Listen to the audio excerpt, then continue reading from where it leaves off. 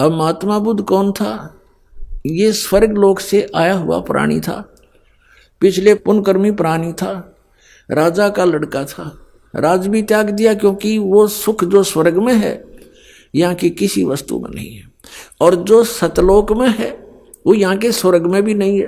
तो जो प्राणी जहाँ के सुख से कुछ प्रभावित होता है तो उसने उस आधार से राज त्याग दिया। तो उस सुख की तलाश में ये निकला घर से स्वयंभू, कोई संत मिला नहीं, अपनी मर्जी से पिछले अभ्यास से पिछले पुण्य के प्रभाव से इसने अपने आप ही हठ योग करना शुरू कर दिया, जो ये पहले किया करते हैं।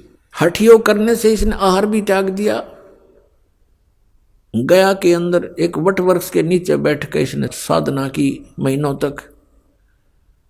इसके प्राण जाने को हो गए, अस्थि पिंजर सूख गया। एक माई ने इसके मुख के खीर खार लगा दी, धीरे धीरे तो चाटने लगा। तीसरे दिन इसने आंख खोल दी और फिर पेट भर अन्न खाया। उसके बाद इसने अपना अनुभव सुनाया। वेदों और गीता को आधार नहीं रखा, इसने बना दिया विधान के starvation could not lead to salvation, कि भूखा मरने से भगवान प्राप्ति नहीं हो सकती। बस इतना ही विधान पाया इसने इतने दिन डरे ढोकर। अंत में इसने फिर इसके वचनों में इतना प्रभाव था, बहुत से श्रद्धालु इसके अनुयायी बन गए, कई राजा लोग इसके अनुयायी बन गए। अहिंसा मत करो, किसी को दुख ना दो, ये नियम बना दिए। लेकिन जो नियम आत्म कल्याण का था उसके पास था नहीं। इनके वचनों से प्रभावित होकर लाखों व्यक्ति इनके साथ हो लिए, और उनके द्वारा बताई गई भक्ति विधि से आध्यात्मिक लाभ न होने से अब महात्मा बुद्ध के अनुयायियों ने यही मान लिया कि भगवान कहीं नहीं है।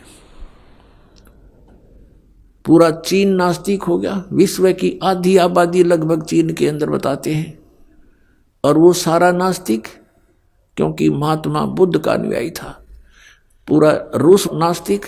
तो कहने का भाव ये है पुण्यात्माओं, अब काल का जहां भी दाव लगा इसने कसर नहीं छोड़ रखी। अरे देखना भगवान की लीला, अपनी प्यारी आत्माओं को कैसे ग्रहण करेगा। तो परमात्मा आकर के हमें याद दिलाते हैं कि तुम्हें जो मार्ग मिला है और जो तुम्हें ज्ञान प्राप्त हुआ है ये कोरा अज्ञान है, और जो साधना की विधि तुमने प्राप्त है ये मोक्षदायक नहीं है। अब ये बातें उस व्यक्ति को कोई कहे जो घर में सुख है, अच्छी कोई पोस्ट प्राप्त है, या कोई और व्यवसाय उसका अच्छा है, और उसको कोई ये कहे कि आप जो साधना कर रहे हो ये ठीक नहीं, तो वो कैसे माने? वो कहता मेरे तो सारे मौज कर रखी है मैया ने, कोई कह बजरंग बली ने, हम तो उनको पूजते हैं, मेरे सारे ठाठ कर दिए। तो पुण्यात्माओं, इन सभी जो अड़चने हैं काल की ये ज्ञान से दूर होंगी, किसी के कथन से नहीं। जो जिस वस्तु को सत्य मान रहा है उसके सत्य मानने से नहीं, उसके गुणों से परिचित होने से हम उस परमात्मा को पा सकेंगे। और जिस वस्तु को हम लाभदायक मानते थे, और जब हम ज्ञान होगा हमें तो फिर हम उसके गुणों से परिचित होंगे तो तुरंत त्याग देंगे।